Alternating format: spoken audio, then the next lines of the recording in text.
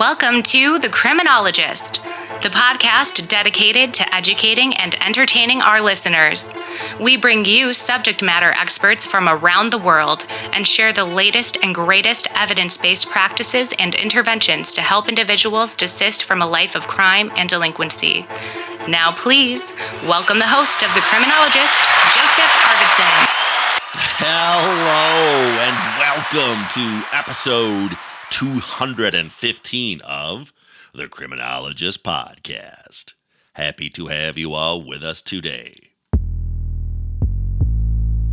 In this episode, I am thrilled to introduce you to Annie Stocksdale, someone who truly represents the type of forward-thinking probation officer that we need to guide us further into the 21st century. Annie embodies the philosophy that even when working with a challenging caseload of high-risk clients, some of whom are under house arrest restrictions, empathy and belief in the potential for change are essential. Annie's approach is inspiring. She balances the need for accountability with a deep understanding that rehabilitation is about helping clients make real, lasting changes.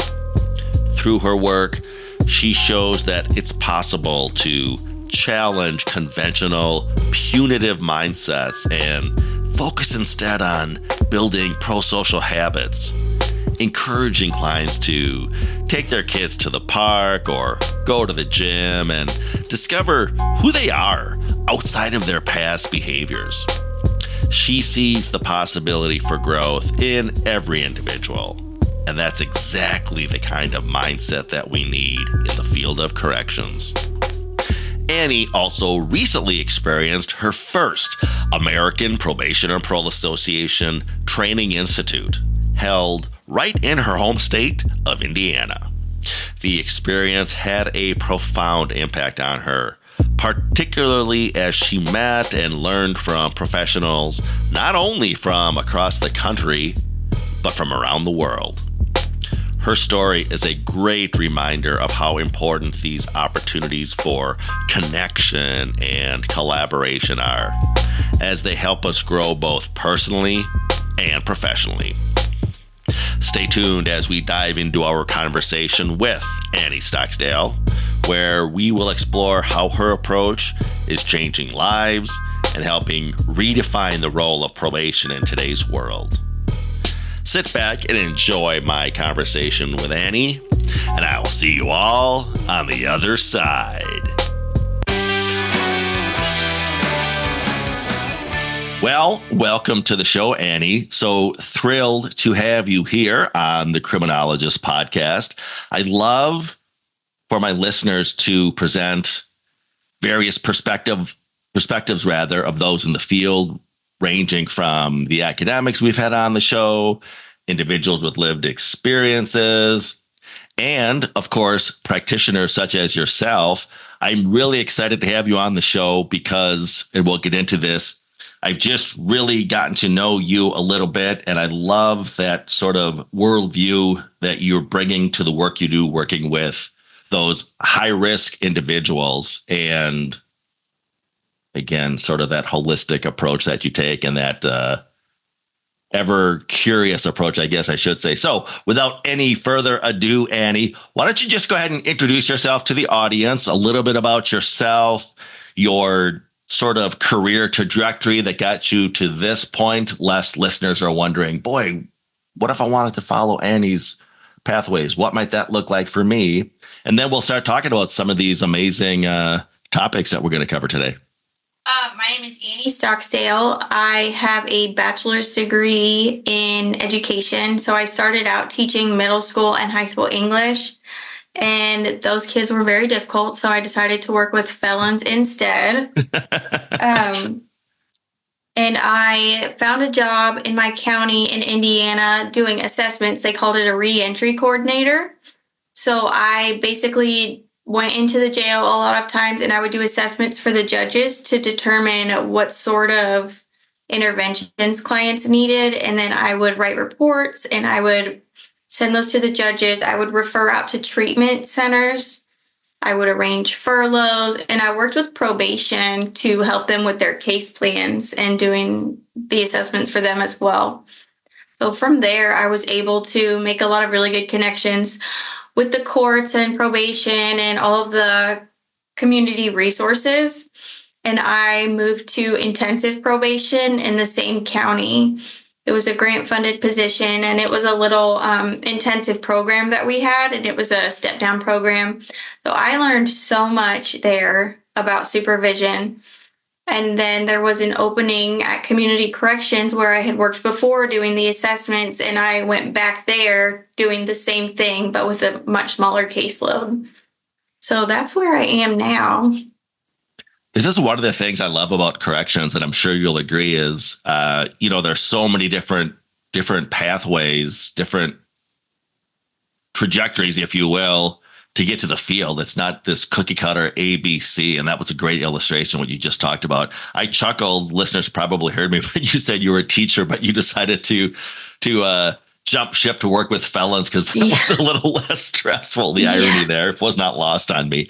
Although I would also point out, and you and I spoke real briefly offline before this, and we talked about the mission of Brian Lovins and sort of recalibrating the profession and his sort of referee versus coach analogy. And I just love those metaphors for probation officers, and whether it's Brian's use of the coaching analogy. I often, Annie, use that metaphor of you all are teachers. I mean, you're teaching skills to these clients. So I can see, all kidding aside, how that pedigree of yours is really applicable to the work you're doing now. It's so applicable. And I love Brian Levin's coaching ideas. I think of myself as a coach and a teacher, or a life coach, or like a guide to how to be a productive member of society. So that his work really resonates with me. Teaching, they teach you in college that you have to meet the basic human needs, Maslow's hierarchy of needs, before you can learn anything. So most of my job is spent trying to reach all of those needs before I can help them rehabilitate. So making sure they're housed, they have food, they feel safe, all of these things before we can really get to the real problems. So that's what the majority of my time is spent doing, teaching and helping meet those basic needs. I'm smiling, Annie, because as an evidence-based practice trainer, you're spot on, meeting those basic needs. I'm often citing Maslow myself, but yeah, you're really covering the basis, because then, as you know, you're able to bring that more holistic approach of establishing those foundational needs, and then you can get to those criminogenic drivers of crime. But it's an all of the above approach, and not merely, okay, as long as I get this client stabilized with housing, transportation, medical needs, I'm good to go. And it's just beautiful that you understand, no, that's just one piece of this mosaic of client change that we have to address. Yeah.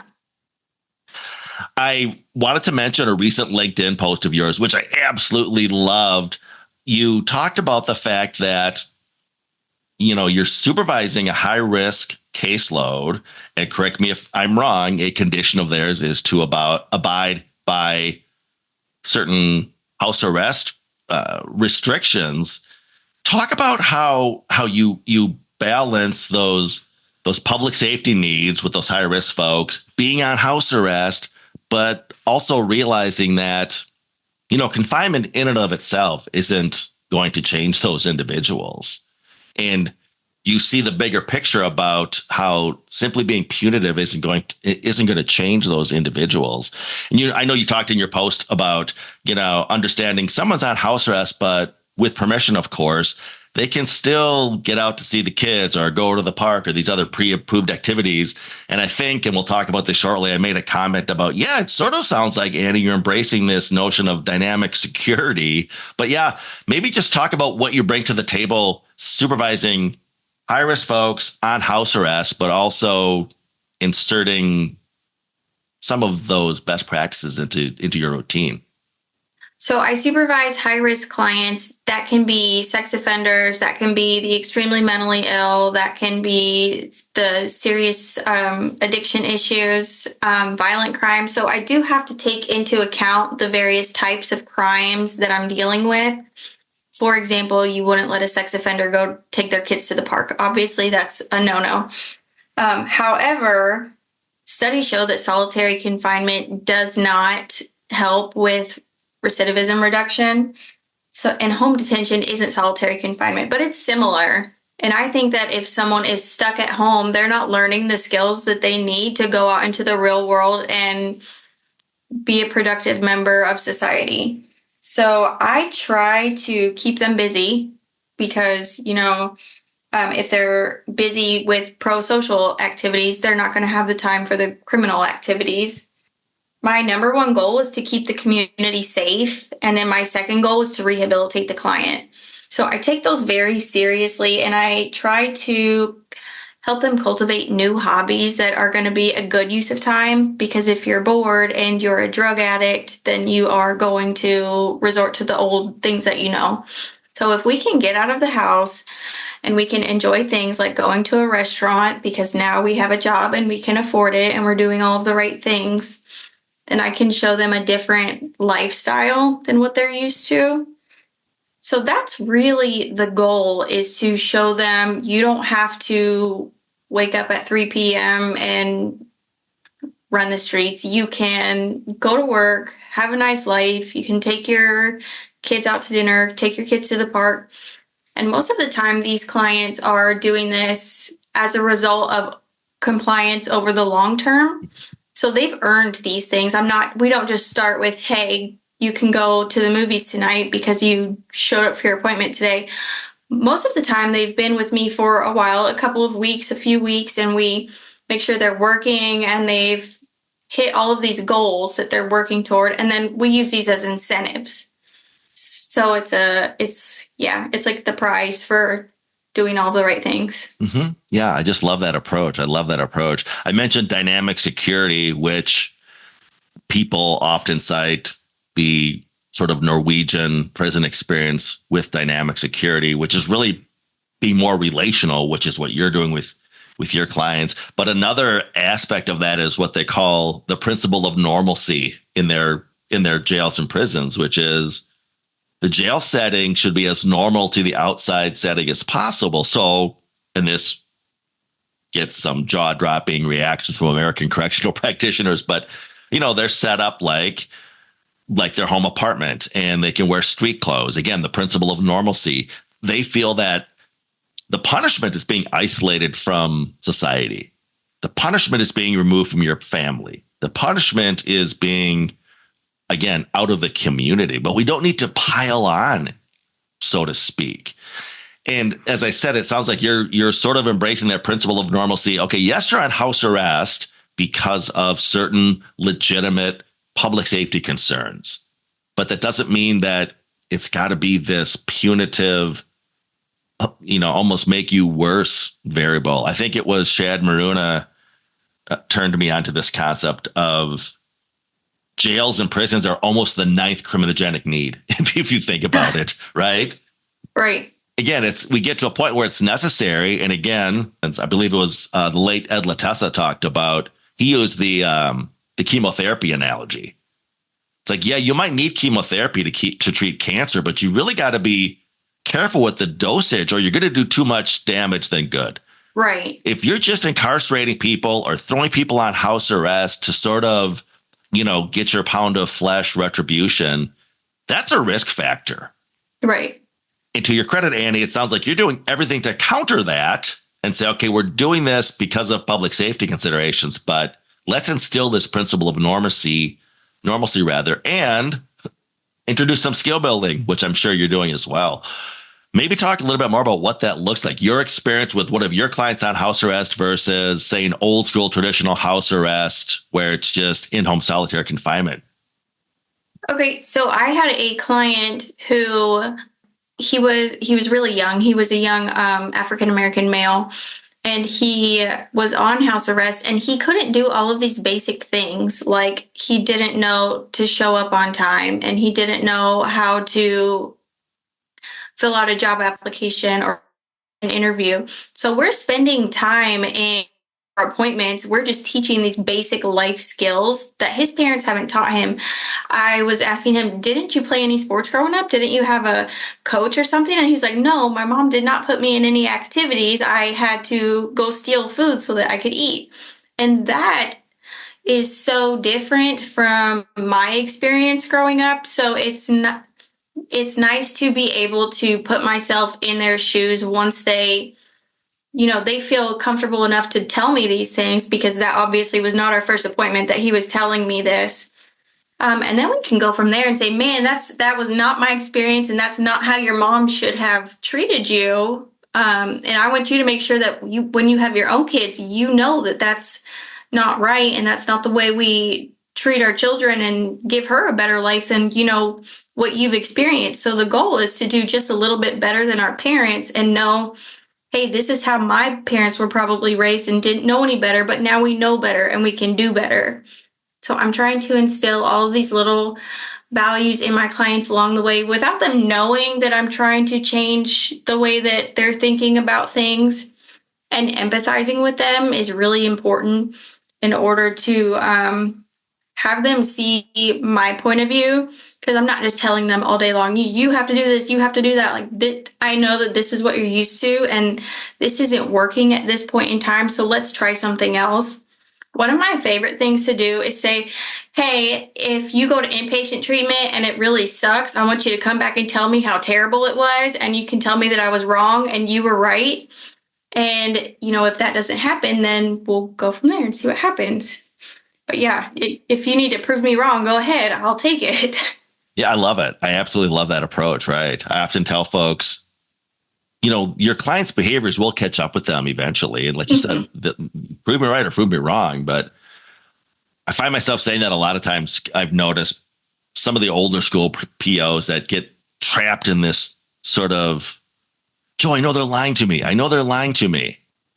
It's almost like I feel like saying to them, well, who cares? I mean, if they're lying to you about using drugs, you'll detect that on your next UA. Or if they're lying to you about sneaking out, they'll trip up their electronic monitoring or whatever. But again, they get into this, I have to prove that they're lying, and just, you get lied to all the time. Their behaviors will catch up. And again, they'll get the cognitive dissonance and the ambivalence and all that, but just don't take it so personal, I guess, is part of it.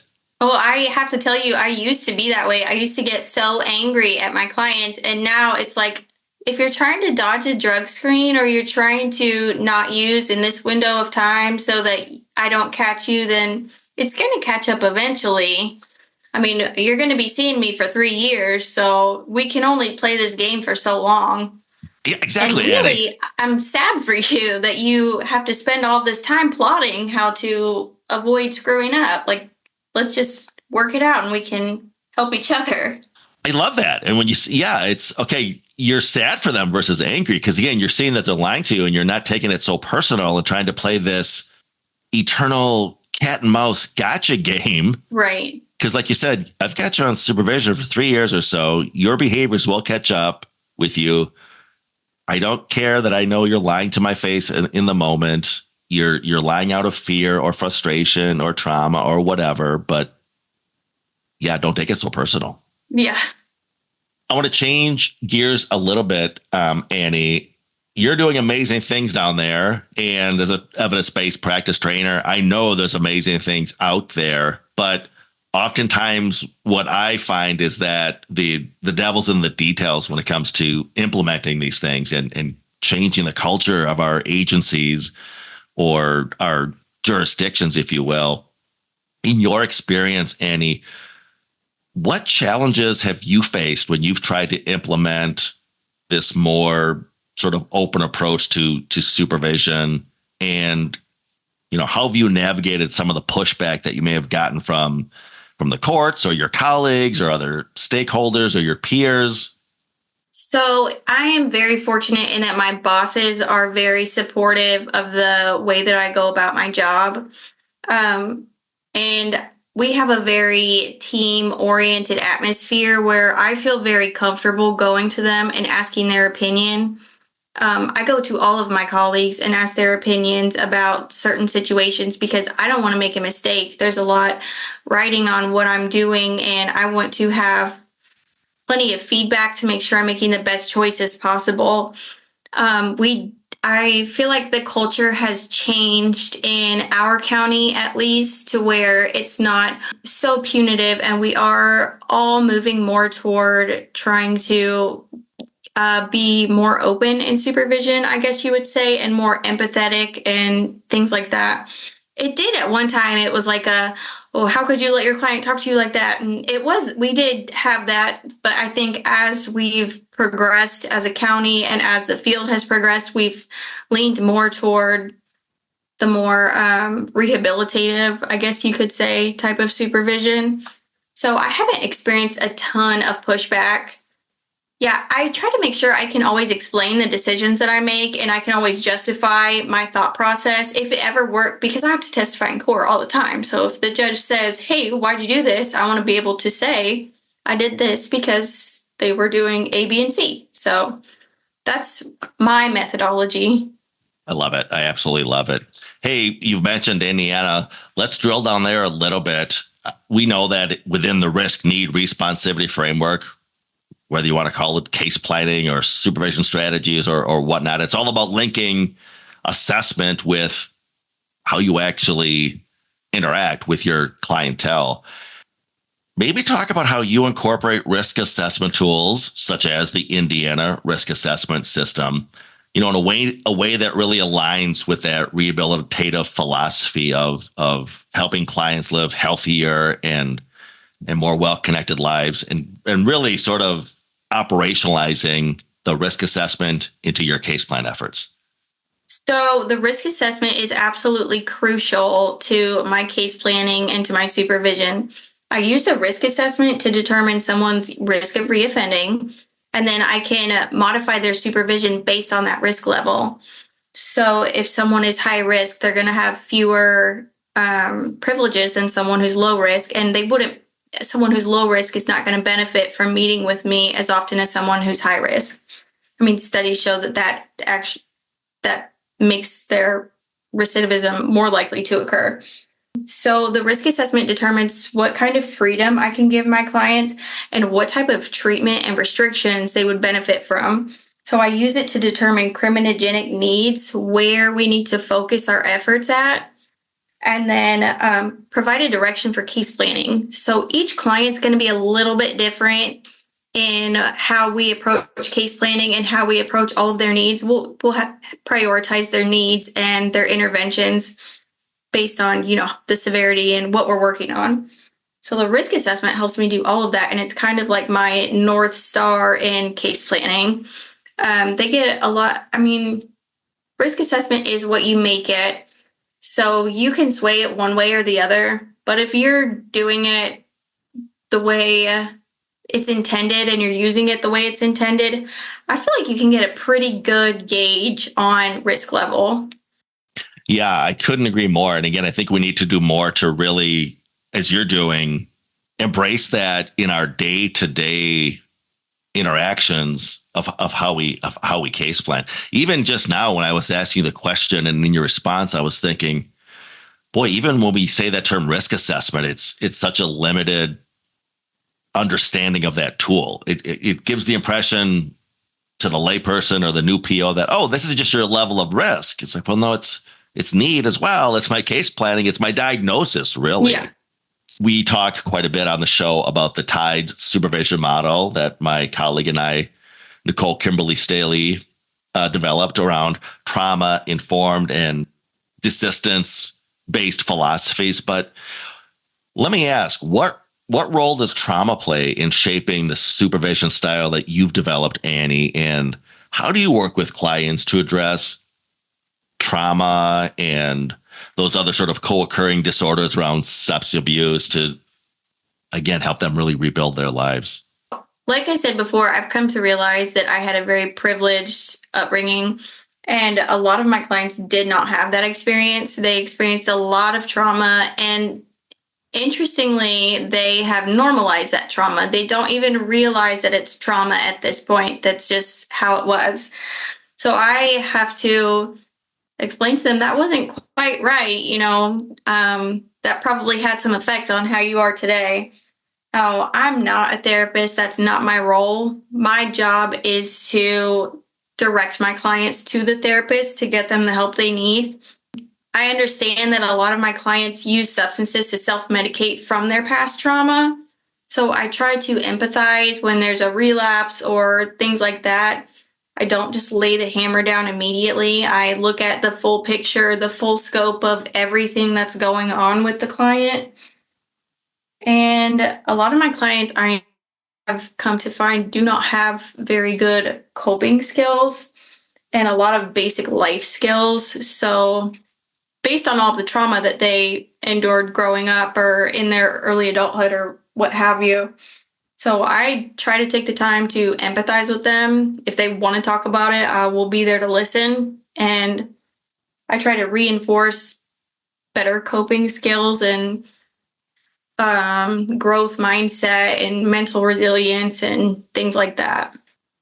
It reminds me of an expression going around in trauma-informed circles now, Annie, which I think applies to high-risk clients as well. But it essentially says we need to change that question with high-risk clients from what's wrong with you to what happened to you. Right. Let's go back a little bit, Annie, and talk about your previous work and how you're applying those life experiences in your current role. You previously worked as a reentry coordinator. How did that shape your current approach in working with high-risk clients? And maybe talk about how that taught you to focus on both mental health and community integration, which is really key in this day and age now. In my humble opinion, anyone who does not have a reentry coordinator needs one. That role is so crucial in our office. They use evidence-based assessments to refer clients to treatment, and they write reports about it to send to the courts and the probation officers, and they guide the case plans. They ask all the questions that we don't have time to ask in the intake, and they type it up and they send it to you. So it's so useful. It was a great place to start my career. It completely opened my eyes to the field that I'm in now. And it really familiarized me with probation and community corrections because in Indiana, that can get a little tricky. I was able to develop a lot of really good relationships with the community and the courts and all of that. I got to experience the worst of the worst as far as mental illness and substance abuse and homelessness. So all of the high-risk clients that I'm supervising now, I basically met as a reentry coordinator, and now I get to supervise them. It made me more empathetic to the trauma that they experience, but it also gave me my first dose of healthy skepticism because you're sitting in an appointment with someone for 2 hours and you know that they're lying to you, but you can't prove it, but you still have to work around it. So all of these techniques, trying to get them to open up and try and figure out the real problem here and how we can solve it. It helped to familiarize me with criminogenic needs and the range of issues that I would be addressing in this job and how to go about helping these people. And in this position, I was able to start to develop the case plan and kind of chart the course for each client. And now I get to see it through to the end. So it's a really nice transition from that position to where I'm at now. Yeah, it sounds like a great primer for where you're at now, which currently is you supervise clients on day reporting and, as we touched on a little bit, home detention, pretrial, and post-conviction. How does that broad range of supervision affect your strategy in helping clients reintegrate into the community and avoid recidivism? It gets a little bit complex because they have different rules for each. If it's pretrial or post-conviction, there's different rules. So I have to kind of compartmentalize those cases in my head to try and remember, okay, this person has this thing that they have to do and this one doesn't. So that gets a little bit tricky. The goals are really similar in both caseloads because we are trying to meet people's needs to reduce reoffense. Whenever someone comes into pretrial, I tell them that I'm going to send reports to the judge, and I can either help your case or I can hurt your case. It's completely up to you. I am going to report the truth, and if the truth that I have is beneficial to you, that's fantastic. That's what I want. And if it's not, then what can we do to fix it? I do occasionally have to send people back to jail, so there is that on the other side of it. But yeah, I'm trying to help you, and I'm trying to prove to the judge, look, this guy's not so bad. Maybe you don't need to sentence him so harshly, or, he's got a real problem and we need to do something about it. Annie, I just love how you're taking all of the previous chapters in your life, whether it was a reentry coordinator, or even before that, a school teacher, and really sort of bundling in these into the current lens that you bring to your job. Yeah, maybe talk more about how all of those experiences, ranging from the classroom as a teacher to reentry coordinator, really shape your understanding of human behavior and human growth and evolution in a way that helps you now take all those experiences to manage high risk clients. Like I said before, a lot of clients don't have the basic skills that I was taught and that most of us were taught growing up. So I take that role and I use my skills that I learned to teach in order to help my clients. So we're meeting their basic needs. We're finding them food, shelter, all of that. And then I'm using all of the extra time to talk about their goals. I think that if you are a teacher who has a good relationship with your students, you tend to be more effective. And the same goes with probation or community corrections. If you have a good relationship with your clients, you're going to be more effective because they care more about what you have to say. So it's all about relationship building and not trying to convince someone, with the whip that this is the way to go. It's trying to lead them with the carrot. It's about relationship building. You hit the nail right on the head, right? Yeah. I mean, that is the short version of what we mean by dynamic security. It's relationship based. Mm-hmm. It's speaking to somebody like a fellow human being who has a first name and not a serial number or an offender ID or whatever your jurisdictions use, right? It's relationship based. That's really it. Yeah. I want to talk about some of the other great work that you're doing in Indiana. Annie, I just love this.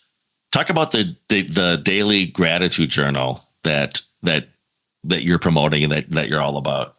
So I am a big personal development person. I'm big into growth mindset and just being positive and optimistic. That's how I get through my job every day, is with the optimistic outlook and that, I can help people. So I think that a daily gratitude practice I have found for myself is so beneficial because you just start your day on a nice note and you start off being grateful for all the small things that you have. And a lot of my clients have a lot to be sad about. So I try to tell them, well, what good things have happened to you today? Sometimes I'll give my journal as a gift to some of my clients as an incentive. So I think that's nice. And I think that practicing daily gratitude really kind of gives you perspective. And that's what I'm trying to teach my clients, is that you live in your own little bubble and you don't have to. There's a whole big world. So what do we have to be happy about today, and what can we do to improve tomorrow? As you were speaking just now, it reminded me of something that I heard in another evidence-based training. We were modeling some intervention, but the probation officer in the model we were doing started out by talking to their client, essentially doing just that, Annie, asking the question, hey, what's good lately? Or what's good happening? And I thought, how many probation clients are ever asked that question when they first meet their PO for the day, right? Versus, for example, do you have any police contact report? Did you change your address? Did you do that UA, as I said? But just to change the tone of that interaction by kicking off, just like you kind of did with, hey, what's good lately? Tell me something positive in your life. Yeah, that's how I start most of my appointments, is what's new? What's going on? It's more of a conversation. I try not to make it uncomfortable for the client. I try not to make my office somewhere they don't want to be, because then I'm not going to want to be there either. So and I take really detailed notes about what they're into and what's going on in their lives. Sometimes you'll get officers who are like, client reported, client is still living at this address, client is still working, but I want to be like, hey, client said that his daughter started school today and his daughter's 6. So then I'll be able to go back and remember he's got a first grader or whatever, what have you. His kid started soccer, or he's working here and he's having trouble with this coworker. So I take super detailed notes so I can go back, and it's a social interaction. And I think that helps with relationship building so much. You mentioned hopelessness there again, Annie, and it reminds me, I mentioned the TIDES model that I co-created, which again is short for trauma-informed desistance. But one of the things that I love about desistance theory, vis-a-vis the risk needs responsivity model, is it looks at variables such as hope. And I often tell people, we use the LSI suite of risk assessment tools here. So I'm an LSCMI master trainer, and I tell folks, I don't think I've ever looked at, hope as a risk factor or lack thereof, right? But we know through the desistance literature, if your clients are feeling hopeless, that's a huge red flag as far as recidivism and desistance goes. But as I sit here in my home office, I've got the 7th edition of The Psychology of Criminal Conduct here by Bont and Andrews.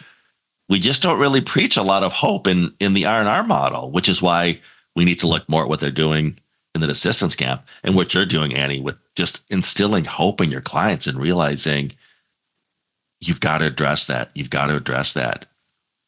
Annie, I'm going to leave the link. I know you've developed your own daily gratitude journal that's available on Amazon through your company, Stocksdale and Company. I'm going to leave the link for that in the episode description of this podcast, so listeners can go to that and check that out. But I know that you and another great connection, Laura Elliott, are working on a recovery journal that you're really excited about. Did you maybe want to talk about that as well? Yeah, so Laura Elliott and I worked together, and she liked the work I did on the gratitude journal. So we were like, a recovery journal, what a great idea. Journaling is such a good, mental health exercise for anyone, let alone clients in recovery. So we decided our expertise is in recovery. We'll put our heads together and come up with something.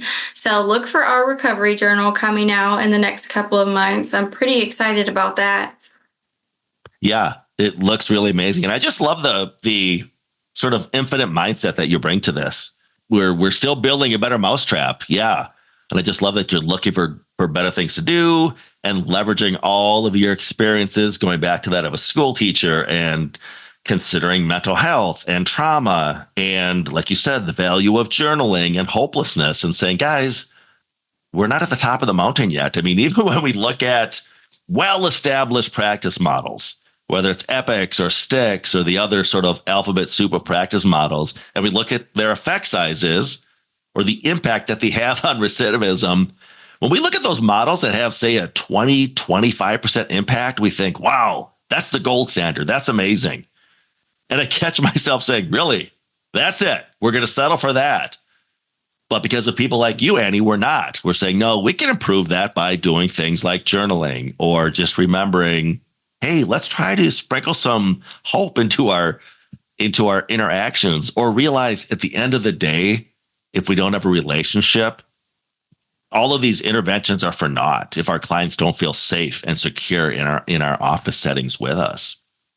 Annie, I'd be remiss if I did not mention the American Probation and Parole Association, which was just in Indianapolis, and it was amazing. I know we connected there when you came to one of my presentations, but as a member of the American Probation and Parole Association, I'm always looking for recruitment efforts and spreading the good work of what they do. I'm going to put you on the spot a little bit here, Annie, but maybe act as an ambassador for APPA and tell folks who are on the fence about joining, hey, what are some of the benefits of attending those training institutes or becoming a member, and or maybe simply share some of your experiences from the recent event that was in your home state? That training institute was incredible. Honestly, I had never heard of APPA until they came to Indiana, and then they offered all Indiana officers to go to the conference. So we just had to pay for the hotel. So I was able to go to the conference, and I've never been to a conference that was a countrywide, like national conference. I had only ever been to a state conference. So it was so nice and so refreshing to meet all of the other officers from around the country and see how they're doing things differently and get different perspectives. It was incredible. Not only that, but your presentation about the transatlantic collaboration, it had never even occurred to me to think about what is Europe doing in criminal justice. So yeah, I was able to make a couple of really cool connections from over there, and we've exchanged ideas. So I just thought it was amazing, and it really opened my eyes. And if you get a chance to go to an APPA conference, it's well worth it. You're going to learn so much. Yeah, I could not agree more. And thank you for attending and noting the transatlantic presentation that I moderated. Even on a smaller scale, though, I would contend, Annie, what you experienced as far as even seeing the national perspectives in the room there at the conference for those few days, as you said, indeed eye-opening. I often relate it to, and this will probably land on you as a fellow risk assessment devotee, but when I train risk assessment and the process of how we review the results of that assessment with our clients, there's a stage that we call giving the client normative feedback. In other words, the risk score in and of itself doesn't mean anything unless you give the client some context of sort of where they fall on a continuum, right? Mm-hmm. And so I often use that as a metaphor when I talk about APPA and say, it is, as you experienced, eye-opening to see, you might have those healthy debates or discussions with your colleagues, but when you see that, you realize, though, that they're doing this in Minnesota, they're doing this in Florida, they're doing this in California. It's not just, it's a good way to combat sort of this is just Annie's flavor of the month. She went to a seminar and thinks this is it. It's like, no, they're doing this around the nation, or, as you heard, around the world. Yeah. I mean, I've had the luxury, the honor of training around the world. And when you hear folks talking about what they do back in Estonia or Dubai, and you hear criminogenic this or Gene Banta that, it's like, okay, it's not just me and Annie who are these lunatics thinking this is the way of the future.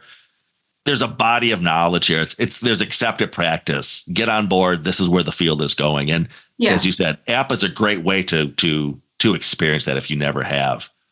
I should note they will be in Las Vegas. Registration is now open for the January Training Institute, January 2025, since podcasts last forever. But yes, if there's any listeners who were inspired by what they just heard from Annie Stocksdale, register for the APPA conference, and hopefully we'll see you in Las Vegas, January 2025.